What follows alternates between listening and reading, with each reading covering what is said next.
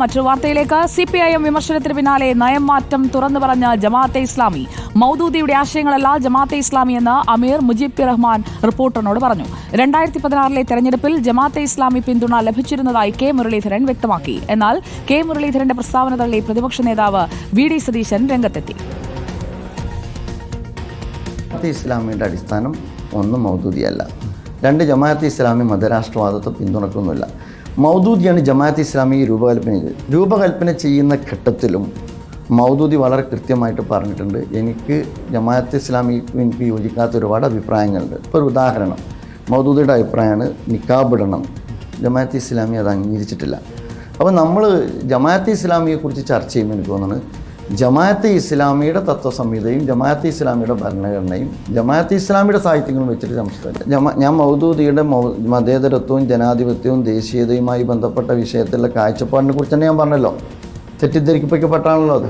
ഇപ്പം മുസ്ലിം ലീഗിനെ സംബന്ധിച്ചിടത്തോളം മുസ്ലിം കമ്മ്യൂണിറ്റിയായിട്ട് ബന്ധപ്പെട്ട ഒരുപാട് ഇഷ്യൂസിൽ മുസ്ലിം കോർഡിനേഷൻ കമ്മിറ്റിയെല്ലാം രൂപീകരിച്ച് യോജിച്ചു പോകുന്ന സാഹചര്യമുണ്ട്. ചില സന്ദർഭത്തിൽ ചിലപ്പം മുസ്ലിം ലീഗും അധികാരത്തിൽ വരുമ്പോൾ ഭരണകൂടത്തിൻ്റെ ഭാഗത്ത് നിന്ന് തെറ്റായ സമീപനം ഉണ്ടാവും. അപ്പോൾ ജമാഅത്തെ ഇസ്ലാമി എതിർക്കും. VS രഞ്ജിത്ത് നമുക്കൊപ്പം ചേരുന്നു. VS രഞ്ജിത്ത്, കെ മുരളീധരൻ പിന്തുണ കിട്ടിയിട്ടുണ്ട് എന്ന് തുറന്നു പറയുന്നത് കോൺഗ്രസിനെ വെട്ടിലാക്കുകയാണ്. പ്രതിപക്ഷ നേതാവ് അതുകൊണ്ട് തന്നെ അത് തള്ളി രംഗത്ത് വരികയാണ്. പക്ഷേ ചില കാര്യങ്ങൾ വ്യക്തമാവുകയാണല്ലേ, ഒരു നയമാറ്റം കാണുന്നുണ്ട് നിലനിൽപ്പിന് വേണ്ടിയാണെങ്കിലും, അല്ലേ രഞ്ജിത്ത്?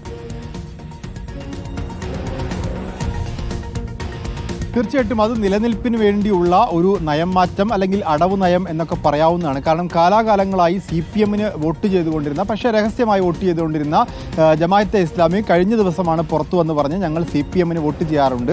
കഴിഞ്ഞ 2024 തെരഞ്ഞെടുപ്പിൽ പോലും ഒരു ധാരണയുടെ അടിസ്ഥാനത്തിൽ CPMന് വോട്ട് ചെയ്തിട്ടുണ്ടെന്ന് പറയുന്നു. മാത്രമല്ല അവർ തുറന്നു പറയുകയാണ്, ഞങ്ങൾ UDFനും വോട്ട് ചെയ്തിട്ടുണ്ട്. 2024 2019 UDFനാണ് വോട്ട് ചെയ്തത്. അക്കാര്യം UDFിൻ്റെ തന്നെ നേതാവായിട്ടുള്ള കോൺഗ്രസിൻ്റെ മുതിർന്ന നേതാവായ കെ മുരളീധരൻ സമ്മതിക്കുന്നു. അപ്പോൾ ജമാഅത്തെ ഇസ്ലാമിയെ പൊതുമധ്യത്തിൽ വെള്ളപൂശി അവരെ ഒരു പൊതു രാഷ്ട്രീയ ധാരയിലേക്ക് കൊണ്ടുവന്ന് അവരുടെ പരസ്യ പിന്തുണ സ്വീകരിക്കുന്നതിൽ തെറ്റില്ല എന്നൊരു ധാരണ ഉണ്ടാക്കിയെടുക്കേണ്ടത് ഇപ്പോൾ UDFിൻ്റെ കൂടി ആവശ്യമാണ്. ഒരു പക്ഷേ അതിന് കളമൊരുക്കുക എന്നുള്ളതായിരിക്കാം ഇപ്പോൾ ജമാഅത്തെ ഇസ്ലാമിയുടെ അമീർ വന്ന് പറയുന്നു, ഞങ്ങൾ മൗദൂദിയുടെ മതരാഷ്ട്രവാദത്തിൻ്റെ ഒന്നും വക്താക്കളല്ല, ഞങ്ങൾ ദേശീയതയെ അംഗീകരിക്കുന്നു, മതേതരത്വത്തെ അംഗീകരിക്കുന്നു. ഒരു പക്ഷേ ഇന്ത്യൻ ഭരണഘടനയെ അംഗീകരിച്ചുകൊണ്ട് ഒരു സംഘടനയ്ക്ക് പ്രവർത്തിക്കണമെങ്കിലും ഇതൊക്കെ വേണ്ടിവരും.